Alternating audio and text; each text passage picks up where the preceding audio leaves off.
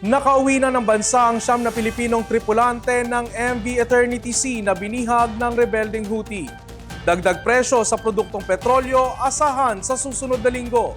At grupong Manibela nagsagawa ng protest caravan sa Quezon City ngayong araw. 3 araw na tigil pasada, nakakasana sa susunod na linggo.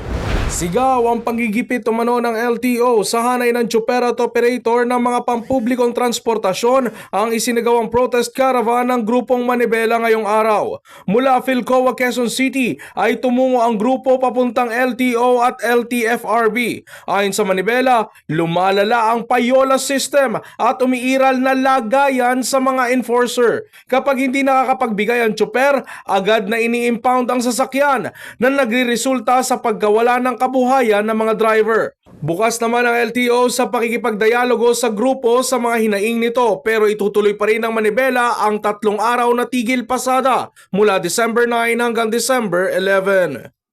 Abiso sa mga motorista, asahan ang dagdag bawas sa presyo ng produktong petrolyo sa susunod na linggo.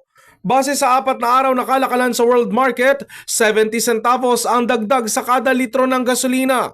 45 centavos naman ang rollback sa kada litro ng diesel at 25 centavos sa kada litro ng kerosene. Ayon sa DOE Oil Industry Management Bureau, ang paggalaw sa presyo ay dahil sa pag-atake ng Ukraine sa oil infrastructure ng Russia at oversupply. Nakauwi na kagabi ang 9 na Pilipinong tripulante ng MV Eternity Sea matapos ang 429 days na pagkakabihag sa rebelding Houthi. Ayon kay Migrant Workers Secretary Hans Leo Kakdak, masaya ang pamilya ng mga tripulante na muling makakasama ang kanilang mahal sa buhay. So it's very heartwarming. There's nothing more we want tonight than to watch them reunite with their families. The hugs and the kisses and the tears of joy. Nako, talagang priceless yan, ano? Parang today is a day na talagang ang sarap maging kawani ng pamahalaan to witness all these. Sa nangyaring pag-atake ng Houthi sa Red Sea nitong Hulyo, 4 na Pilipino ang naitalang nasawi.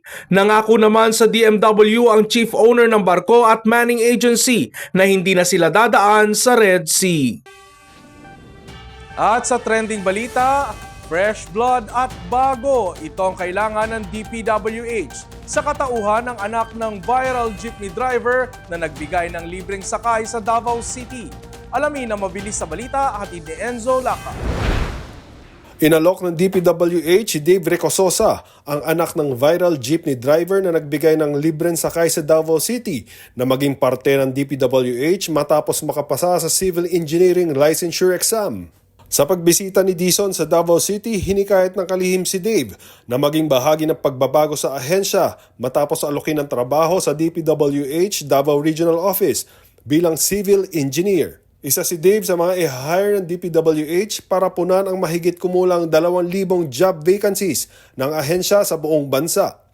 Nag-viral kamakailan ang video ni Judy Tereso matapos itong sumakay sa jeep ni Tatay Edwin na may karatulang libreng sakay dahil sa sobrang proud nito sa kanyang anak na isa ng civil engineer. Enzo Laca, All TV News, Channel 2. At yan ang mga up-to-date na balitang nakalap ng All TV News ngayong hapon.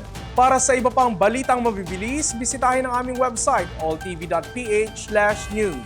I-like at i-share din ang All TV News PH sa Facebook at YouTube. At makinig sa All Radio 103.5. Mapapakinggan nyo na rin po kami ngayon sa Spotify. Ako si Ralph Lopez.